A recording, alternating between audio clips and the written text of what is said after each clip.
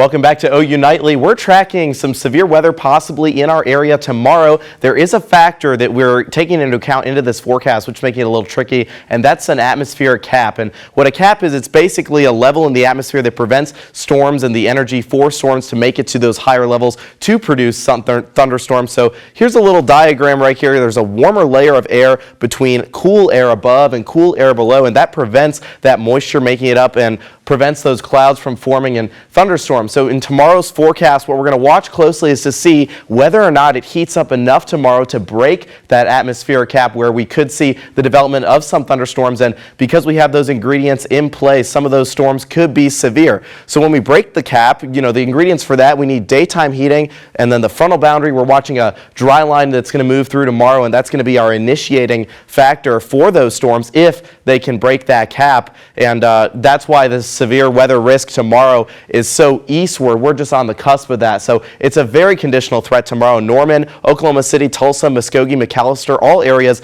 in this 2% or this 1 out of 5 on the severe weather scale, a 2% tornado risk tomorrow. Here's that dry line I was talking about. It's going to gradually push east and hover in our area for the most part. In the morning, it'll move back, and then it'll kind of linger in place. And all that green is the moisture moving up from the south, the moisture we need for those thunderstorms. And the tornado risk, like I said, we're very low at 2%. It's not zero, but something to watch very closely as we go into the day tomorrow. So our severe threats, again, tornado, wind, and hail, all about the even low level. We'll watch that closely tomorrow, maybe for any changes. Flooding is not really a concern. And along with that, we're going to see those strong winds ahead of those storms. So we do have a fire danger too. Elk City and Woodward, you're in that extreme fire risk. So definitely pay attention to the weather tomorrow. And as we look at our current fire weather alerts, we've got a red flag warning in effect for Woodward, Elk City, and a fire weather watch down by Lawton. Not quite in our area yet, but I wouldn't be too surprised to see that expanded into our viewing area. And as we look at Campus Cam right now, currents, we're at 72 degrees. It feels like 77, a nice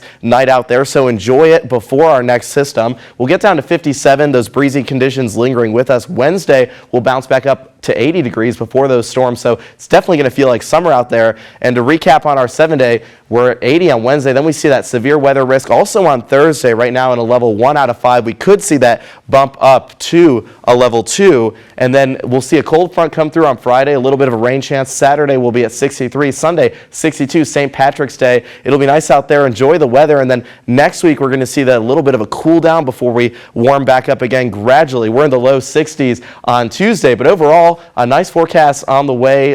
This weekend a little cooler, but next week should be pretty nice. So enjoy the weather while you have it, and we'll be with you all day tomorrow and Thursday in case weather pops up. So watch OU Nightly, and we'll keep you posted on the severe weather potential.